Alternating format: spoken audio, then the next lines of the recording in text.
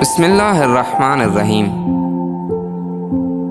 بیان کیا جاتا ہے ایک بادشاہ نے اپنے زمانے کا ایک فاضل استاد بیٹوں کو پڑھانے کے لیے مقرر کیا۔ اس استاد کا قاعدہ یہ تھا کہ شہزادوں کی معمولی سی غلطی کو بھی نظر انداز نہ کرتا تھا۔ ادھر ان سے کوئی کوتاہی ہوتی اور ادھر سے انہیں سزا دی جاتی۔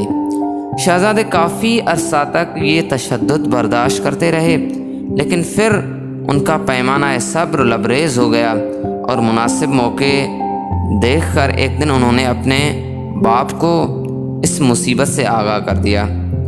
بچوں کی زبانی استاد کی شکایت سن کر بادشاہ کو بہت دکھ ہوا۔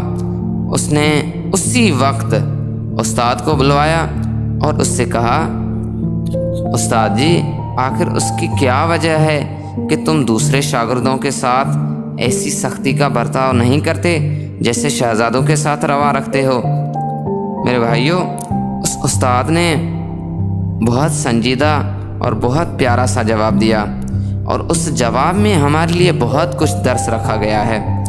اس نے جواب دیا، حضور والا، یوں تو ادب سیکھنا اور سکھانا سب کے لیے ضروری ہے، لیکن شہزادوں کے لیے حد درجہ ضروری ہے، کیونکہ آگے چل کر انتظام سنبھالیں گے، کیونکہ آگے چل کر یہی ملک کے بادشاہ بنیں گے۔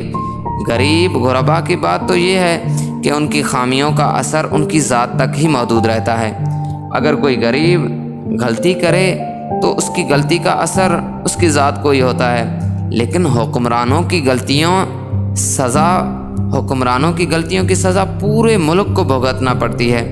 بس یہی سوچ کر میں شہزادوں کو تعلیم و تربیت پر زیادہ توجہ دیتا ہوں۔ بادشاہ کو استاد کی یہ بات پسند آئی اور اس نے اسے انعام سے نوازا۔ اس حکایت سے ہمیں یہ سبق ملتا ہے کہ استاد جو ہوتا ہے وہ ہمیشہ بچوں کو، جو بچے اس کے لیے معتبر ہیں، استاد بہتر سمجھتا ہے کہ کن بچوں پر زیادہ توجہ دے، کن پر توجہ نہ دے۔ جو بچے زیادہ ذہین ہیں، زیادہ مطالب سیکھ سکتے ہیں، زیادہ تربیت کے قابل ہیں، ان کو تربیت دینی چاہیے۔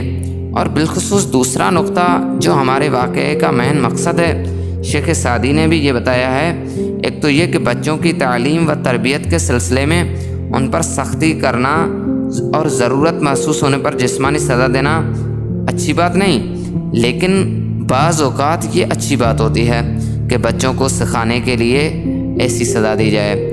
دوسرا یہ کہ بچے کو جتنی اہم ذمہ داری سنبھالنے کے لیے تیار ہونا ہے، اس کی تعلیم و تربیت پر اتنی ہی توجہ دینی چاہیے، کیونکہ بادشاہ کے شہزادے تھے، ان پر توجہ دینا ضروری تھی، کیونکہ مستقبل کے وہ بادشاہ ہونے والے تھے، لوگوں کی ذمہ داریاں ان کے کندھوں پر آنے والی تھی، تو ان کو اچھی طرح سے انصاف اور عادل ہونا چاہیے تھا، ان کی تربیت اچھی ہونی چاہیے تھی، تاکہ وہ فیوچر میں ایک اچھے بادشاہ بن سکیں۔